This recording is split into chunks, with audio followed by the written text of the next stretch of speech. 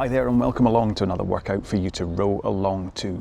Today is just going to be a very simple 30-minute row at 20 strokes a minute and 2k plus 18 pace. That basically means that your average 500 meter split for a 2000 meter best performance that you can currently do, and 18 seconds slower than that. And you can find this session as RA25 on the ErgZone app.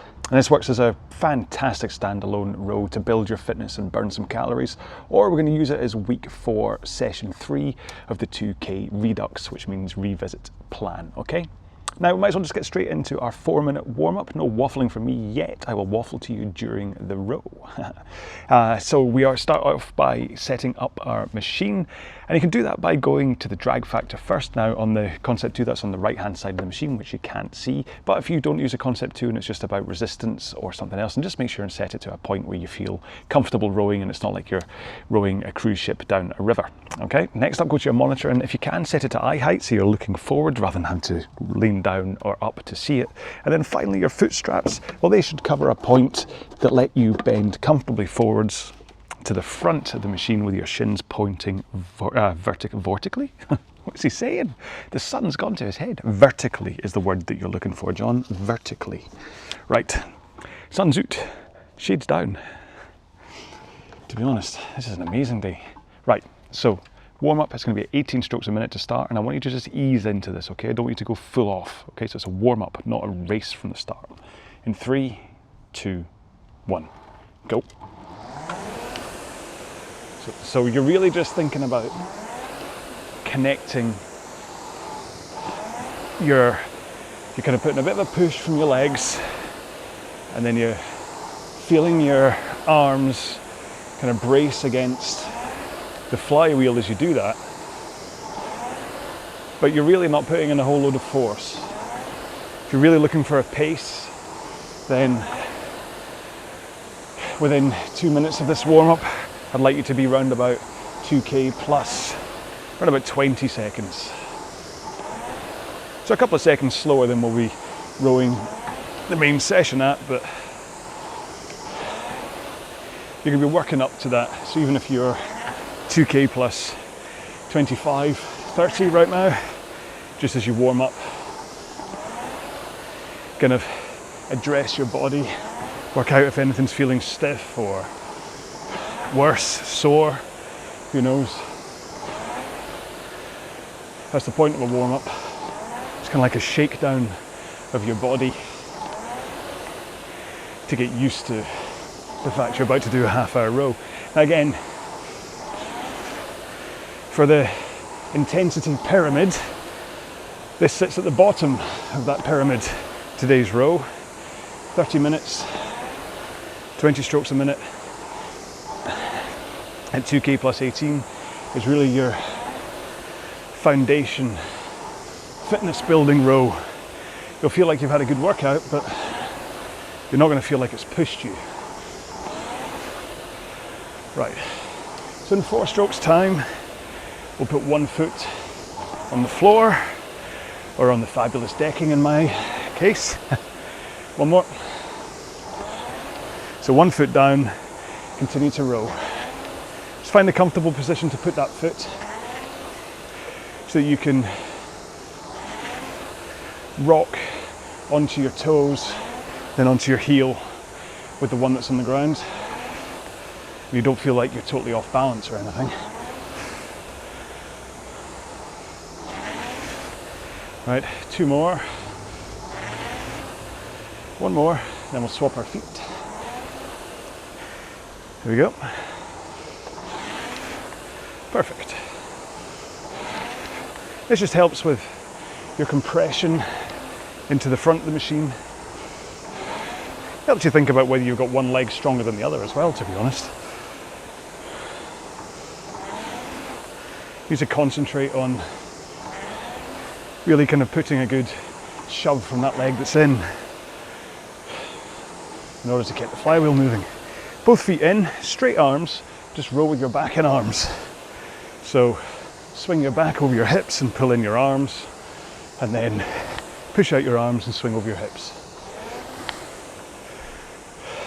Swing, pull, push, swing. This is a really important part of the stroke, to get used to that, arms away and then rocking. Get those hands over your knees. Last one. Let's go to the front, straight arms, just push out from the front. Keep those arms straight, keep that forward lean, and just push. And that's what you're practicing here, is that push with that forward lean. Connecting with the flywheel as you push with your feet. That's when you pick up the flywheel or the water wheel or whatever magic your machine uses. Last one. There we go. Didn't have to be that intense a warm-up because today's session isn't actually going to be that intense. So keep on moving up and down the rail, have a quick drink. I'll quickly describe one more time what we're doing today. Okay then, so today's session is just going to be 30 minutes at 20 strokes a minute and at 2k plus 18 pace. It's just going to be a nice slow one that's going to let you grind into your stroke. Grind's a kind of a nasty word, isn't it? You flow into your stroke, let's say that. And just get used to it. So what I'm going to do is I'm going to talk technique for 10 minutes while we do that and get used to the stroke. And then for the next 20 minutes, I'm going to continue the story about me. I know we're doing this midweek. That's because 2K plan's only going to last 5 weeks. And I've kind of got quite a lot of story left to go for my kind of rowing history. So I'm afraid you're going to put up with me for another 20 minutes after we've talked technique. All right, so get another drink.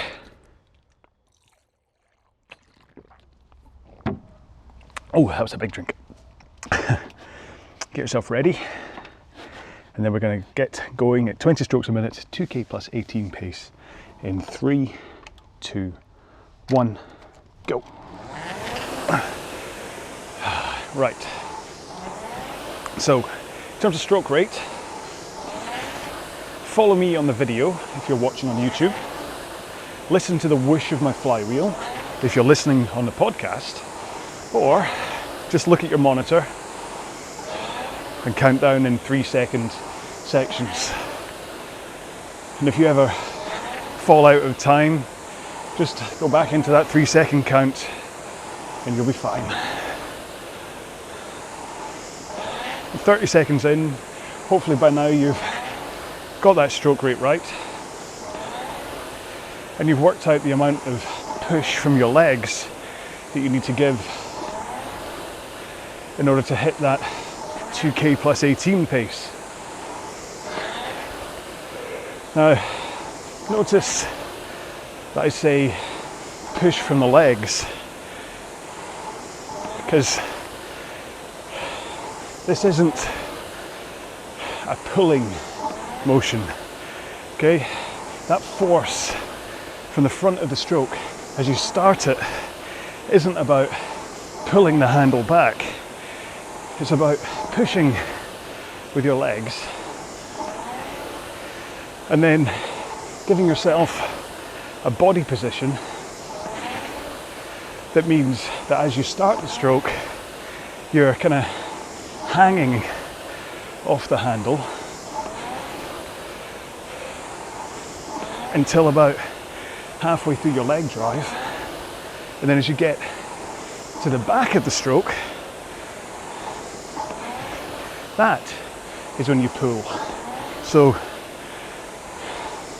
it's important to stress you eventually have to pull, but just not from the front. I think I just got dive bombed by a bee or something. So you push, pull. See the time? Push, pull. The amount of time I spend pushing before I finally bend my arms.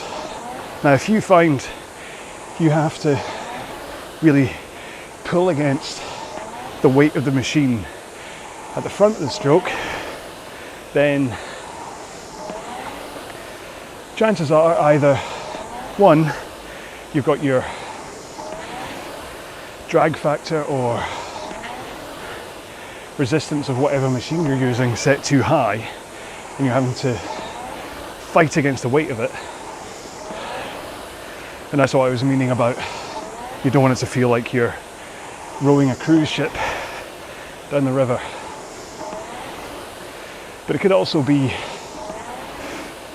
that you don't have your body primed to hang off the handle and let that power flow up through your body into your arms and then your hands on the handle. So what is that position then? Well, first off, straight arms. Okay, so as you come to the front of the machine, nice straight arms, and you keep them straight until you finally pull. Nice and relaxed as you come forwards. I've talked before about how zombies have relaxed arms. So you just want nice, loose, relaxed shoulders and arms as you recover to the front of the machine after you've taken your stroke. And then as you connect your feet to the foot plate and your handle connects to the flywheel, that's when you just brace against the power. Still not pulling. And if you've got your hands in a nice open position with your fingers just hooked over the handle rather than death gripping it, that will help send the power kind of almost in a straight line down your shoulder, through your arms, into your hands, through your fingers, and therefore into the handle without you needing to think about adding any power from your arms. Just a straight line chain that goes up from your legs and into the handle.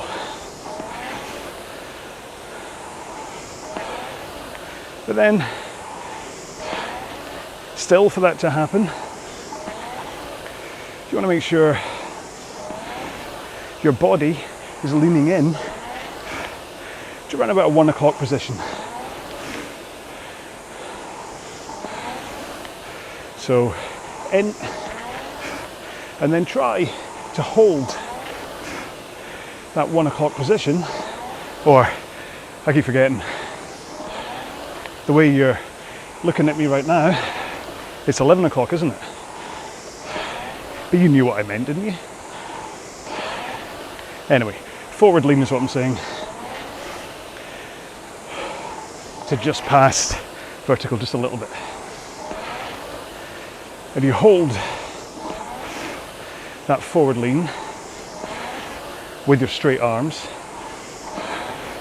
as you push your legs into the foot plates. And so that forward lean and straight arms is crucial to getting the power in. Well, to be honest, nearly everything about the rowing stroke is crucial, but that really is. Then posture-wise, that's important too. For that lean in, you're not caving in some Gollum-like ball. Precious concept too. You're tilting over your hips, rocking forwards so that your hips are tilted forwards, and that should be what generates your forward lean. And then if you're up on your sit bones with a powerful braced posture, that's perfect for sending that power through. And hold that position until you eventually, halfway through the leg drive, swing your back from that forward lean to your backward lean, the lay back. But I still want you to hold a powerful posture as you finish. Braced core, abs, powerful back. Your sit bones should still be connecting to the seat rather than your tailbone tucking under you. And then pull in nice and powerfully to your chest, around about sternum height. Elbows through. Try and keep your wrists flat if you can. Certainly don't tuck in towards you. That loses so much power to do that tuck. As does kind of bunny handing up.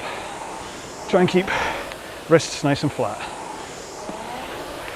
And then the pace you pull the handle in at, send it straight back out at. Nice and rhythmic. You're not jerking away. It's not. Then once your hands have started, you begin that forward lean. And when your hands are past your knees, bend those knees, and you'll effortlessly slide to the front of the machine without needing to tug on the foot straps to return, which results in your knees popping up, and then you have to throw the handle over your knees. And that's bad for posture. And that is the rowing stroke overview in exactly 10 minutes. There's other things to talk about, how far to slide, but as long as you think about just going as far as shins vertical, that's good enough. You want to keep looking ahead. You don't want your chin to fly up because that sends your back backwards when you look to the sky. It's really hard to keep that forward lean. I literally can't hold that forward lean if I'm looking up. And it made me slow right down. That'll kill my average. Nearly every workout I do, I talk technique, so even if you load up the 50-minute row, it's actually called, well, the thumbnail says how to row. That's a real deep dive into technique. But as being, we've got less than 19 minutes to go.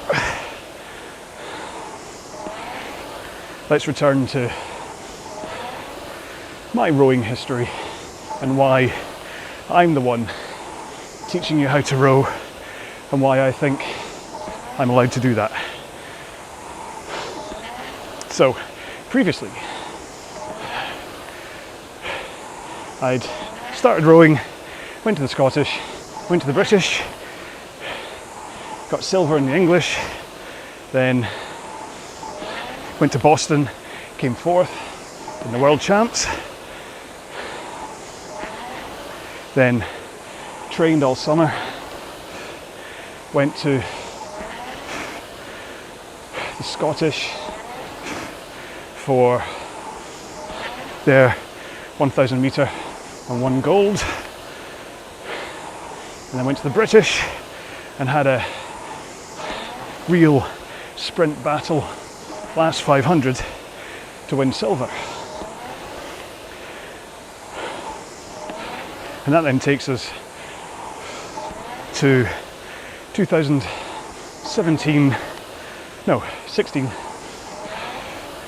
and the English Championships, where I'd started rowing for Fitness Matters instead of Free Spirits, mostly just so that I would know more people at the races. Now this is the first race that I went to that I really thought about nutrition and trying to be at the top of my game. So I'd got the Power Breathe,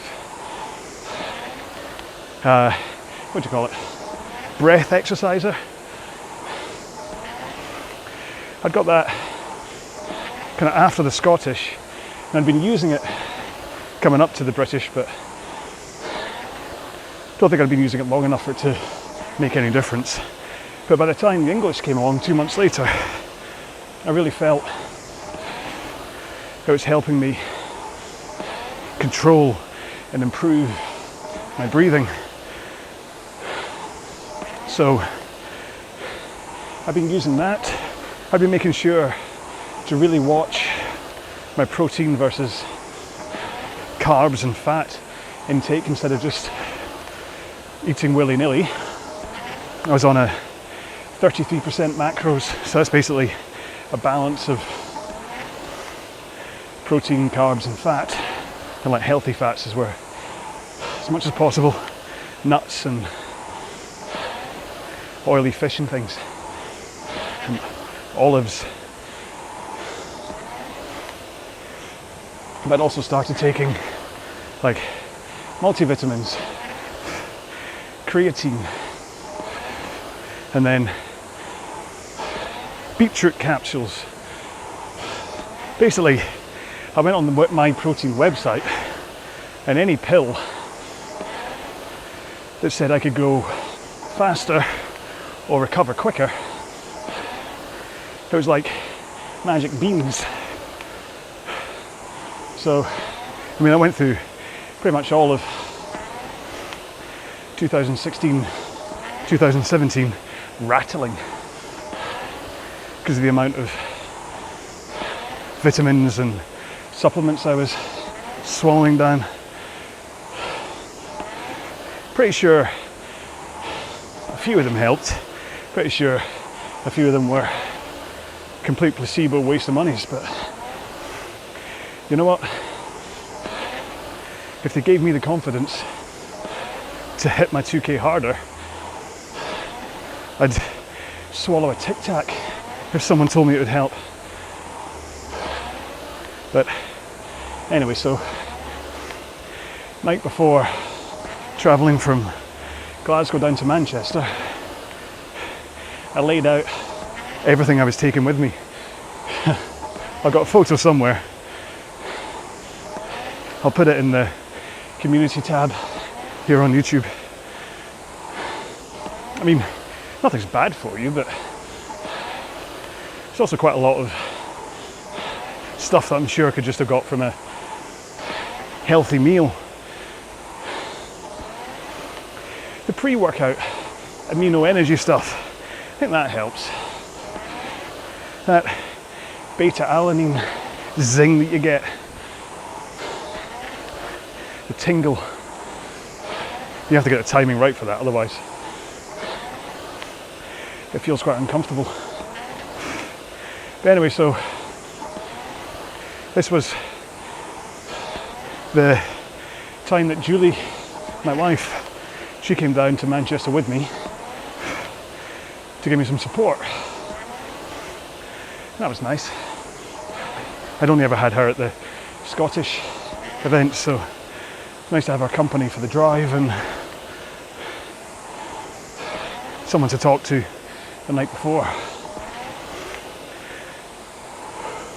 So, very careful about what I ate still, so I was clearly well within my weight limit. I still just had a small bowl of pasta, some nuts, and a CNP protein bar for dinner, and then breakfast was just a couple of strong cups of coffee.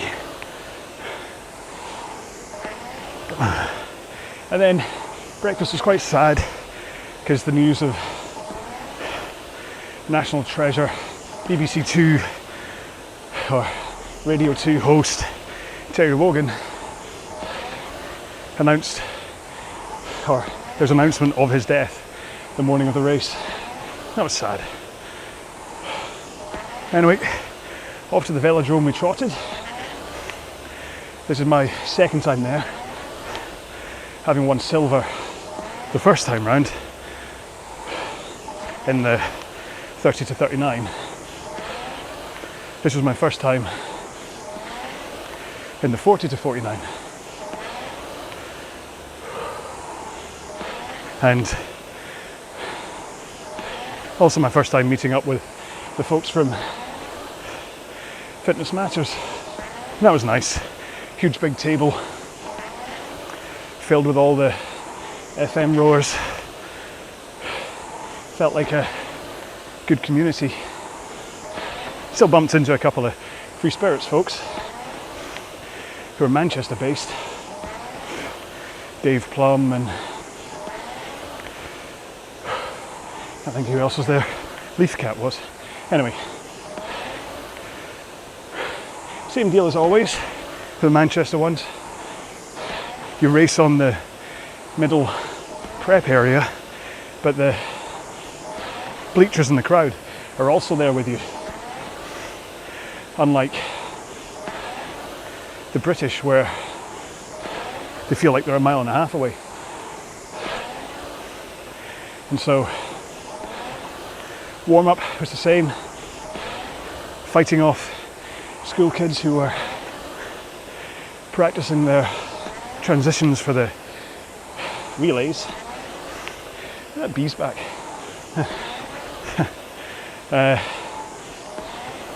But got my warm-up in, and this time I'd made sure to really make sure my nutrition was spot on. Properly hydrated with my pre-workout shake taken 5 minutes before, and then nicely warmed up. I stood off in the back part away from everyone and used my power breathe to warm up my lungs. Thought being, if I could work them for 5 minutes beforehand in that air, maybe the breathing would be a bit simpler, easier during the race. So I stood there with the power breathe hanging out of my mouth, nose clip on, and then both arms on my sides in a superhero pose, and basically just played through the race in my mind, thinking what my pacing plan was, how I'd overcome each of the 4 stages. The initial start, when it first starts to bite in, then at point about 12:50, when you start to question whether you should be easing off, then 1000, when you start to think, I'm this tired and I'm only halfway through. Then when about 700 is probably my tipping point where I need to decide whether I've got it in me to sprint. And so made the decision that as long as I felt strong enough, I would. So race started. Julie's in front of me. All the FM folks are in front of me. And I hit the ground running. Aim was to do it in 6:39, but I was still just hoping at that stage that came out of the first few strokes hard. I down at 134, 132, and then backed off enough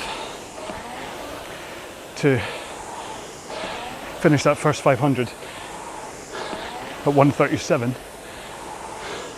and then eased off to 138 for the next 1,000 meters, crossing through those barriers. It's feeling tougher and tougher, but the 138 really helped. And then got to the 500 to go and just went for the sprint. Didn't have much in me, to be honest. Maybe just a little bit quicker than I was rowing. Unless, of course, I've got my splits wrong. Anyway, finished up 6:36.8, I think.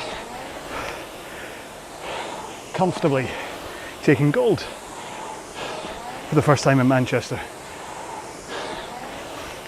And my first gold 2K too. We don't count the one that I was robbed of in the first Scottish Championships. You still keeping your rhythm up? Keep that posture. Just swing over your hips, backwards and forwards. Nice, straight arms at the front. Keep them straight until you're about halfway. So anyway, that was the 2K done. I felt I was flying. One of the best performances I've done. I think probably the British, where I sprinted to catch Luis, was maybe better from that point of view, but my time was better at this English one, and I got gold. So just the 2K. Didn't bother doing any team or 500s or anything. Sat and watched a few other teamies row. Charles Green, I think Sam was rowing. It's a great day out. And then just face that 3-hour drive back as your legs start to seize. But it's okay. Shared it with Julie, so that was quite handy. And for 2017, or the early half, that was it for me, because I didn't do Crash B that year. Something I kind of regret, because Luis, who I'd always been beating in competition, he got bronze that year. So I always have that niggle about, had I gone, would I have won bronze? Who knows? Anyway, with the English out the way, I could focus on my record attempt on the 1K, which was happening in May. And then that's what all training was geared towards. Power stuff to get fast, and then intervals at that power to be able to maintain that pace. Nutrition was still on point. Lunch was like chicken breast and spinach, and that was it, just to keep me powerful without putting on too much weight. Anyway, you can zoom on to the actual day of Manchester, which was the 1K attempt at Dave Plum's house. I took this machine down with me, so I was on home turf, really. And then, much like the English, went through the same preparation, warm up, pre-workout, breathing, power stance, and then it was time. Now I've got a YouTube video of my race, which I'll post as well. I say race because there's a bunch of us all rowing it just at staggered times for our expected result. I was aiming for 3:05 to beat the British record by 3 seconds, but still be 5 seconds off the world record, which is around about 3 minutes dead. Anyway, at 1K, you start hard, you stay fast, and when you start to tire, you try and go faster. And by the time I got to 300 meters to go, I was really beat. But there was a guy, Stuart Thorpe, standing behind me that just kept on shouting, "Push it, push it." And it just let me focus on him. I'm getting goosebumps just retelling it. Focused on his voice, closed my eyes, and just went for it. Managed it in 3:04.6, British record, but not world record. This is for 40 to 49 lightweights, remember. All right, 3 strokes to go. 2, last one. Oh, that was a fun row. Really hot in this weather. Just to give you a teaser for the next one, I did eventually get the world record with the same row in strange circumstances. I had it for a day. Yeah. Anyway, so that was the record attempt. Good place to stop. Timed that one well. Much beer was drunk after that, having been like a monk for so long to make sure I was all about power. Probably a bit too much beer, to be honest. I don't think I remember getting back to the hotel, but I made it out alive. Okay, right, I hope you enjoyed that. Have a quick drink if you haven't already. We'll go into our cool down in, let's go in 10 seconds time. Much like the warm up, 18 strokes a minute. In 3, 2, 1, go. Oh. So 18 strokes a minute. It wasn't that intense a session, so you don't have to worry about trying to kind of taper yourself from quite high intensity into a cool down. You should just be able to row this at around about your 2K pace plus 30. Just let your heart rate come down, let your muscles connect enough that they're pumping the blood through them, flushing out any acids that have built up. Talking of flushing out, all the sweat's rolled into my eyes. Can't see. So, again, these 20 strokes a minute, 30-minute sessions aren't the heroic rows, but without them, you'll never manage the heroic rows. These are what give you the power to be able to, or the fitness to be able to get that power and hold it there. That's the important part. I could jump on and probably pull a 120, maybe under, split on this machine, but I'd only manage it for a few strokes because I don't have the fitness to hold it or the power to hold it. And so rows like this are what let you get closer and closer to the amount of time that you can hold the pace you want to row at. In my case, that 120 is massively past anything that I would normally row at, so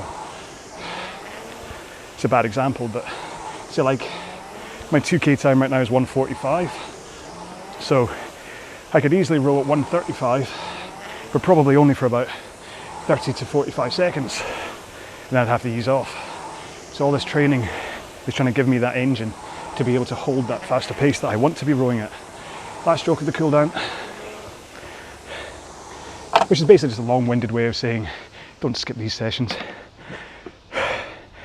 They're not they're only boring if you look at them that way. What you need to do is shift how you perceive them, okay? Even if you make sure that after you've done it, you get a little bar of chocolate or something, you get a reward, like a dog, he'll set off a clicker next time. So you start to associate these low rows, these kind of long, slow, boring ones, with a wee treat, a wee reward. I've got through it, well done, I get some chocolate, I get a glass of wine, I get, I don't know, whatever your treat would be. Sorry. But yeah, just don't avoid them. Sorry, so that was either a great 30-minute standalone row, or it was week 4, session 3 of the 2K Redux revisit, whatever you want to call it, plan. So next up is session 4, and that's going to be back up to a top tier one, and it's going to be very similar to last week's. I'm going to tweak it very slightly, but it's going to be very similar to last week's. So similar, in fact, that I doubt I'll do it outside again, depending on what the weather's like. It's not going to be one to really sit out in the sun and do, because I'll just be puddle. But anyway, I hope you like the new look to the decking with the ivy in the back, and I've got little solar lights and things. It's all looking good. Thank you so much for being here on this one. What should we call the hashtag? Let's have the hashtag broken record, because I broke a record, and it also makes it sound as though I'm a broken record, so haha on me. So yeah, so that's it, all done. I really need to go and wash the sweat out of my eyes. Thank you so much for being part of this. Oh, it's Marty McFly back again. Oh crikey, oh, I'm missing a phone call. All right, okay, speak to you soon, stay safe, be well, bye bye.